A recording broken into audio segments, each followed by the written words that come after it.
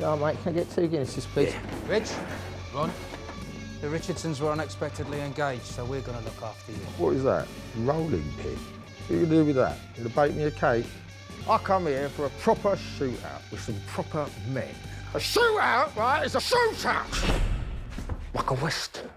In any movie nowadays, you have to find a hook that gives it a proper reason to be, and for, you know, with the strength of premium television, to get audience members to go and spend the money and see it in a cinema.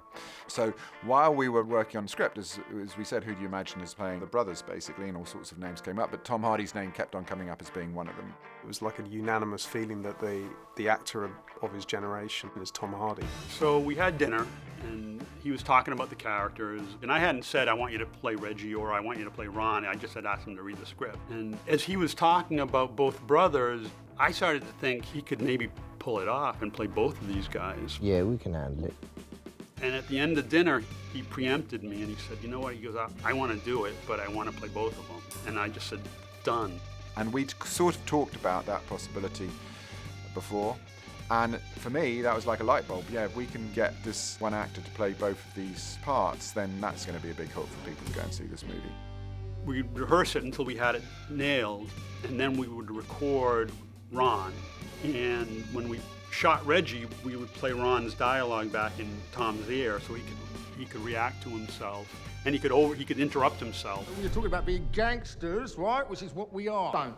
You know, one of these days, Ron Kray, your miserable life will swallow you whole. Yeah, well, you should know all about that, should you, love? Because your mum did palm us off with the damaged goods, didn't she? Very damaged, aren't you? Get in the car. Don't you ever speak to Francis Yeah, that's right, Francis. Blood is thicker than water.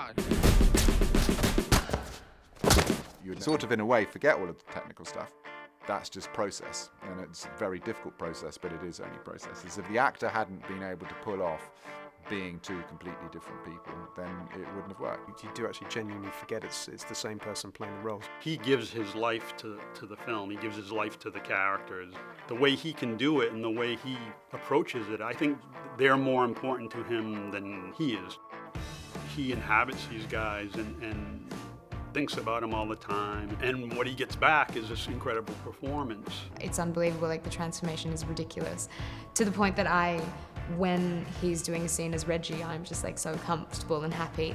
And as soon as he comes in as Ron, after 3 months even, it's always a bit like, oh, I don't like Ron very much. I was actually quite scared of Ron, Tom as Ron, because, you know, I wasn't quite sure how far he was going and if he was going to actually, you know, kick off. Reggie is not here now, so you work for me, Ron Kray. I think we were all kind of awestruck by his ability to do that and change characters so swiftly and so intelligently and with such professionalism. I mean, it was absolutely outstanding. What exactly are you asking me to do, Mr. Bruno? I'm asking you to do something about Ron. I can't do that. He's my brother.